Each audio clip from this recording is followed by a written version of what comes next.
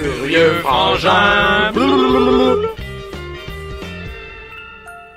Salut les furieux, c'est Max. J'ai découvert une information vraiment troublante sur Macaroni tout garni. Pas mon repas de pâtes d'hier.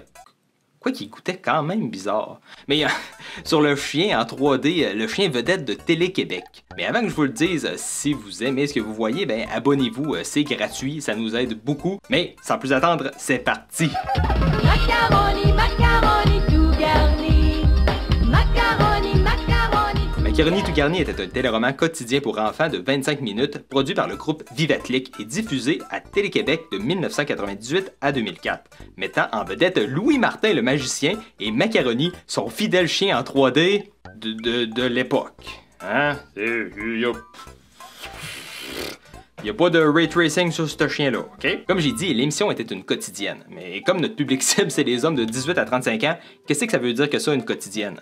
Ben, ça veut dire que du lundi au vendredi, beau temps, mauvais temps, de septembre à juin, ben, ça prend un nouvel épisode à diffuser. Vous voulez prendre un guess sur ça fait combien d'épisodes de comédiens qui parlent dans le vide, ça? 100, 200, 300, 425! 425! 400 plus 25! 4 fois 100 plus 20 plus 5! C'est de l'émission à tabarouette, ça! Avec une moyenne de 25 minutes par épisode, c'est 10 625 minutes de macaroni que tu pourrais te taper drette là.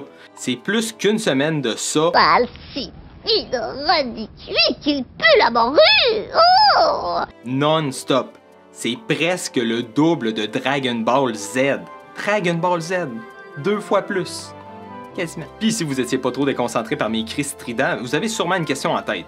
Comment une émission de télé publique arrivait à produire 125 minutes de téléroman par semaine avec un personnage animé en 3D à la fin des années 90? Avec nos taxes, oui. C'est assez scandaleux et écœurant, ça. Mais surtout grâce à ça. Inquiétez-vous pas, là, je vais vous expliquer c'est quoi. Macaroni, macaroni tout garni.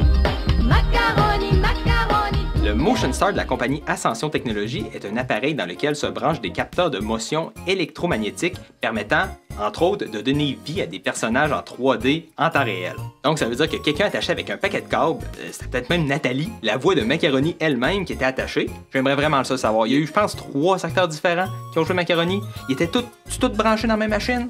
Pas en même temps, là, mais un après l'autre. J'aimerais ça le savoir. J'aimerais ça le savoir. Et puis, Macaroni, parce que je pense que le monde, c'est ceux qui veulent savoir Oui. comment ça se passait.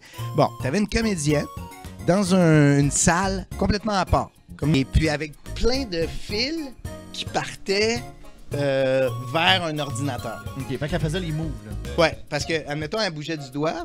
OK, elle bougeait du doigt. Ça, c'était la queue qui bougeait. Peu importe, la personne qui était attachée pouvait faire bouger Macaroni directement à l'écran au moment de l'enregistrement. Ça veut dire qu'il y avait très peu de retouches à faire en post-production. Fait que ça, c'est pour le côté plus technique de la chose. La télé publique, avec l'argent de nos taxes puis une belle petite machine, arrivait à faire bouger un chien en 3D en temps réel. Mais le chien en 3D, il vient d'où? Macaroni, macaroni tout garni. Macaroni, macaroni. Dans le canon de la série, c'est Louis Martin le magicien qui l'a mis au monde à force de jeter des croquis ratés. Ça marche pas! Ce qui veut aussi dire que Macaroni, c'est un raté, mais dans la vraie vie du monde véritable, Macaroni est un basset, comme le général Pepper dans Star Fox. Macaroni! Oh! J'aime pas ce nom-là! Mais surtout, c'est un modèle 3D produit par la compagnie d'animation franciscanaise Modern Cartoons. En passant, franciscanais, c'est le gentilé pour dire qu'ils viennent de San Francisco. On en apprend tous les jours, hein? Vous les connaissez probablement pas. Ils sont surtout une compagnie qui travaille derrière les productions, puis qui ont travaillé sur des productions assez obscures. Et l'une des productions est celle-ci, l'autre d'un bingo satellite durant les années 90. Oh, welcome to Basil Bassett Bingo. In case you didn't know, I'm Basil. It's easy, it's fun, it's exciting, win prizes! Non, ce qu'on est en train de voir, ça provient ni d'une hallucination sur l'acide, ni d'un creepypasta. I sound like a cat. C'est un extrait du bingo de Basile le Basset, une émission de bingo satellite américaine qui était propulsée, si j'ai bien compris, par un très faible satellite et qui était regardée par les gens qui utilisent ces salsifis de grosses soucoupes trop grosses pour les cours. Donc, je n'ai pas de réponse définitive, mais selon ce que j'ai pu découvrir, le bingo de Basile a roulé sur la télé satellite de 1995 à 1998, la même année que Macaroni a commencé à Télé-Québec. Je pense qu'il est assez safe d'arriver à la conclusion que Modern Cartoons, c'était eux qui avaient vraiment les droits sur le personnage en 3D, puis une fois que le bingo a arrêté, ils ont décidé de le vendre à prix réduit aux maisons de production pour réussir à le rentabiliser au maximum. Moment où est-ce que Vivatlic est arrivé, puis il l'a acheté, puis le reste, on le connaît. Would anyone like to see a trick? You know, a trick. I'm going to perform a trick. What? Oh, keep playing bingo? All right. Right. Here we go. I'll do the trick later.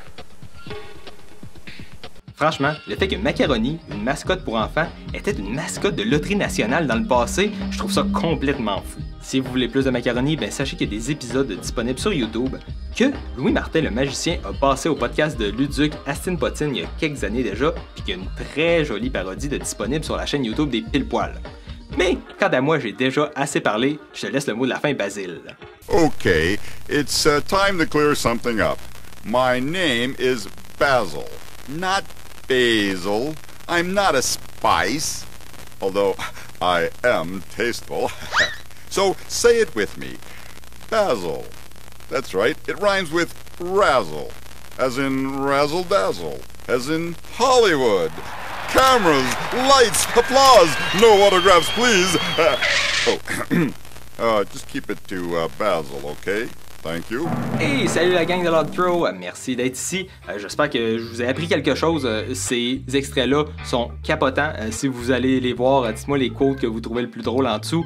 Un j'aime, un pouce, partagez ça. Je pense que c'est quelque chose que tout le monde devrait savoir. C'est tellement flyé comme histoire. Mais surtout, de la part de toute l'équipe des Furieux Frangins, passez une excellente journée.